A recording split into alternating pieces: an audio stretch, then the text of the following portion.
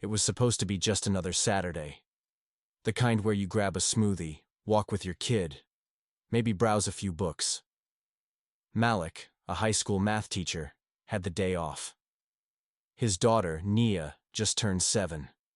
He promised her a trip to the bookstore, her favorite place. Not because it had candy or toys, but because it felt like magic. "Daddy, do superheroes cry?" she asked, tugging his arm. "Of course," Malik smiled. "Even the strongest ones." "Then I'm okay," she said. "Because I cried yesterday when Tyler called my hair messy." He knelt down and looked her in the eyes. "Your hair is magic, baby. You're magic." They walked hand in hand into the shop. She picked up a comic with a black girl in a cape. "Look, she looks like me." "She is you," Malik said, beaming. They spent 20 quiet minutes flipping pages, giggling, sharing moments. Then it happened. A woman entered the store. Designer clothes, glossy hair. That forced smile people wear when they're suspicious, but trying not to look it. She barely glanced at the books, but she kept looking at Malik, watching him, judging him, following his steps, aisle to aisle. When he and Nia walked outside, she did too. She pulled out her phone, whispered something, and just stood there. 5 minutes later, 2 police cruisers pulled up to the sidewalk. Sirens off, but lights on. Malik instinctively pulled Nia closer. She looked up, confused. "Are those police, Daddy?" "Yes, baby," he said calmly. But inside, he was bracing.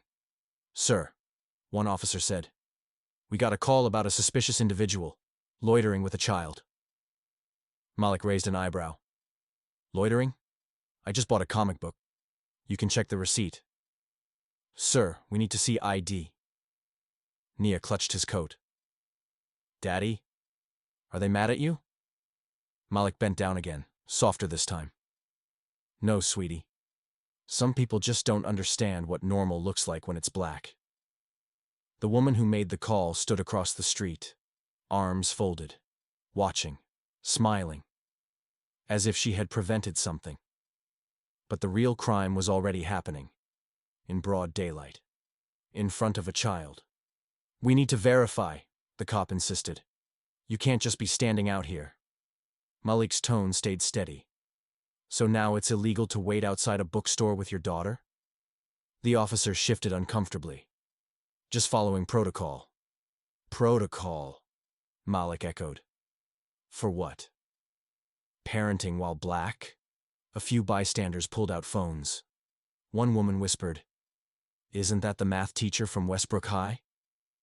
Another said, "He helps at the shelter every Wednesday." "He helped my son pass calculus."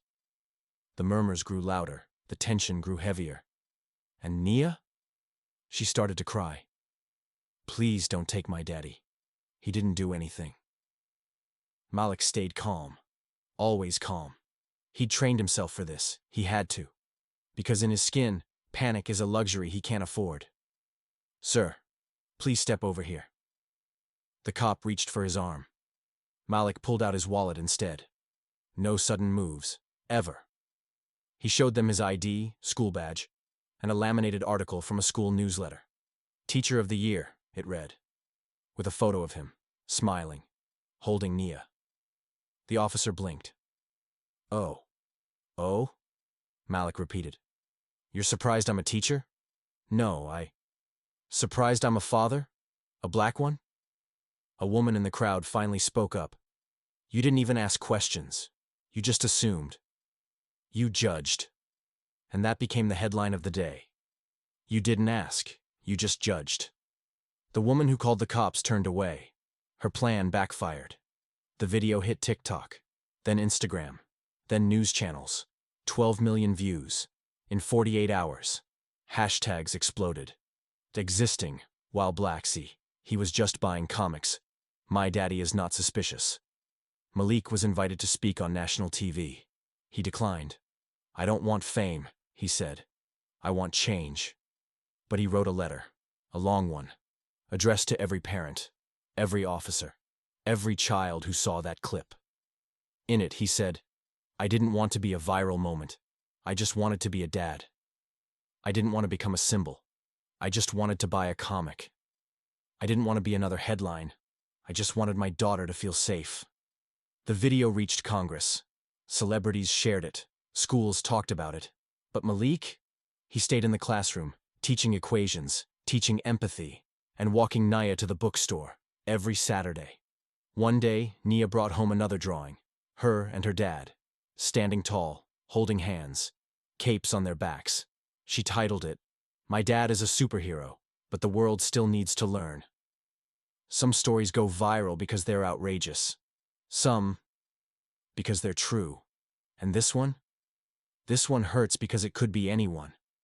Not all heroes wear capes. Some just wear patience, and dignity, and truth. Even when the world tries to take those things away. Closing lines, delivered slow and steady for impact. We don't need permission to belong. We don't need approval to exist. We just need to be seen. Fully. Honestly. Equally.